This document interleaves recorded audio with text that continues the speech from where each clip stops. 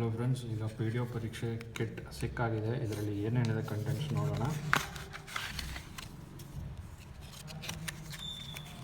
ನಿಮಗೆ terms and conditions ಅಂತ ಹೇಳಿ ಒಂದು ಸಿಗುತ್ತೆ, ಮತ್ತು ಅದ್ರ ಜೊತೆಯಲ್ಲಿ ಒಂದು ಮೈಕ್ರೋ ಎಸ್ ಡಿ ಕಾರ್ಡ್ ಸಿಗುತ್ತೆ. ಮೈಕ್ರೋ ಎಸ್ ಡಿ ಕಾರ್ಡ್ ಮೇಲಿರುವಂಥ ಲೈಸೆನ್ಸ್ ಕೀ ಉಪಯೋಗಿಸಿ ನಾವು ಅಪ್ಲಿಕೇಶನ್ ಆ್ಯಕ್ಟಿವೇಟ್ ಮಾಡಬೇಕಾಗತ್ತೆ. ಹೇಗೆ ಅಂತ ನೋಡೋಣ. ಈ ಮೈಕ್ರೋ ಎಸ್ ಡಿ ಕಾರ್ಡ್ನ ನಮ್ಮ ಫೋನ್ನಲ್ಲಿ ಇನ್ಸರ್ಟ್ ಮಾಡಿ ನೋಡೋಣ. ಮೈಕ್ರೋ ಎಸ್ ಡಿ ಕಾರ್ಡ್ನ ಫೋನ್ನಲ್ಲಿ ಇನ್ಸರ್ಟ್ ಮಾಡಿದಾದಮೇಲೆ ಫೈಲ್ ಮ್ಯಾನೇಜರ್ ಅಥವಾ ಮೈ ಫೈಲ್ಸ್ ಅಂತ ಇರುತ್ತೆ ಕೆಲವು ಫೋನ್ಸಲ್ಲಿ, ಅಥವಾ ನಿಮ್ಮ ಫೋನ್ನಲ್ಲಿ ಇಲ್ಲದೇ ಇರ್ಬೋದು. ಆಗ ಗೂಗಲ್ ಪ್ಲೇಸ್ಟೋರಿಂದ ಸಿಮ್ಲರ್ ಫೈಲ್ ಮ್ಯಾನೇಜರ್ಸ್ ಇನ್ಸ್ಟಾಲ್ ಮಾಡಿ ಟ್ರೈ ಮಾಡ್ಬೋದು.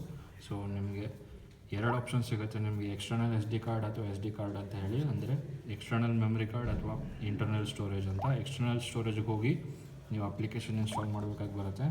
ಕೆಲವು ಫೋನಲ್ಲಿ ಮತ್ತು ಪರ್ಮಿಷನ್ಸ್ ಕೇಳುತ್ತೆ, ಬ್ಲಾಕ್ಡ್ ಆಗಿದೆ, ಅಪ್ಲಿಕೇಶನ್ ಅನ್ನೋನ್ ಸೋರ್ಸಸ್ಸಿಂದ ಇನ್ಸ್ಟಾಲ್ ಮಾಡ್ತಿದ್ದೀರಾ ಅಂತ ಹೇಳಿ ಪರ್ಮಿಷನ್ ಕೊಡಬೇಕಾಗತ್ತೆ. ಅನ್ನೋನ್ ಸೋರ್ಸಸ್ ಸೆಲೆಕ್ಟ್ ಮಾಡಿದ ತಕ್ಷಣ ನೀವು ಅಪ್ಲಿಕೇಶನ್ ಇನ್ಸ್ಟಾಲ್ ಮಾಡ್ಬೋದು. ಇನ್ಸ್ಟಾಲ್ ಸೆಲೆಕ್ಟ್ ಮಾಡೋಣ.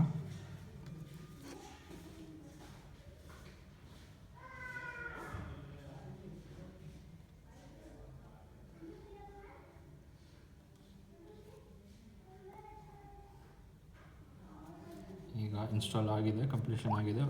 ಅಪ್ಲಿಕೇಶನ್ ಓಪನ್ ಮಾಡಿದ ತಕ್ಷಣ ನಿಮಗೆ ಈ ರೀತಿ 4 ಆಪ್ಷನ್ ಸಿಗುತ್ತೆ. ಹೆಸರು, ಮೊಬೈಲ್ ನಂಬರ್ ಮತ್ತು ಇಮೇಲ್ ಅಡ್ರೆಸ್, ನೀವು ಎಂಟ್ರ್ ಮಾಡಬೇಕಾಗಿರುವಂಥ details.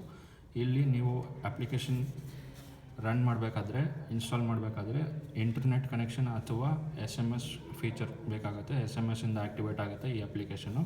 So faster ways wifi ಅಂತ ಹೇಳಿದ್ದಾರೆ ನಮಗೆ ಸೇಲ್ಸ್ ಪರ್ಸನ್. ಸೊ ನಾವು ವೈಫೈ ಆನ್ ಮಾಡ್ತಿದ್ದೀನಿ. ಇಲ್ಲಿ ಹೆಸರು ಎಂಟರ್ ಮಾಡೋಣ.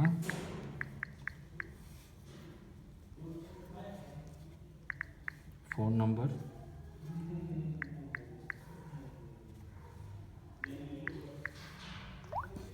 ಮತ್ತು ಇಮೇಲ್ ಅಡ್ರೆಸ್.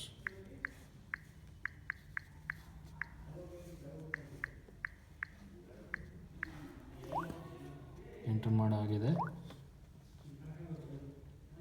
ಈಗ 2 ಆಪ್ಷನ್ ಇರುತ್ತೆ ನಮಗೆ, OTP ಮತ್ತು ಲೈಸೆನ್ಸ್ ಕೀ ಅಂತ ಹೇಳಿ. ನಿಮಗೆ ಸಿಕ್ಕಂಥ ಮೈಕ್ರೋ ಎಸ್ ಡಿ ಕಾರ್ಡ್ ಮೇಲಿರುವಂಥ ಲೈಸೆನ್ಸ್ ಕೀ ಇಲ್ಲಿ ಎಂಟರ್ ಮಾಡಬೇಕಾಗತ್ತೆ. OTP ಬಂದು ನಿಮಗೆ SMS ಇಮಿಡಿಯೇಟಾಗಿ ಸಿಗುತ್ತೆ. ಲೈಸೆನ್ಸ್ ಕೀ ಎಂಟರ್ ಮಾಡೋಣ.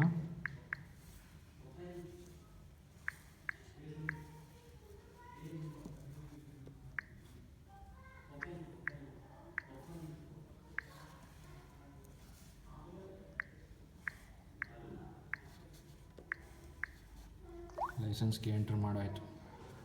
ಮತ್ತು ನೆಕ್ಸ್ಟ್, ಈಗ ಪ್ರಾಡಕ್ಟ್ ಆ್ಯಕ್ಟಿವೇಟ್ ಆಗಿದೆ. ಫಸ್ಟ್ ಸ್ಕ್ರೀನ್ ಈ ರೀತಿ ಇರುತ್ತೆ, ಸಕ್ಸಸ್ಫುಲ್ಲಾಗಿ ಇನ್ಸ್ಟಾಲ್ ಆಗಿದೆ. ಸೊ ಎಲ್ಲ ಯೂನಿಟ್ಸ್ ಇದೆ ಇದರಲ್ಲಿ, ಮತ್ತು notes, previous year question papers, ಈ ರೀತಿ ಕಂಟೆಂಟ್ಸ್ ಇರುತ್ತೆ ನಮಗೆ.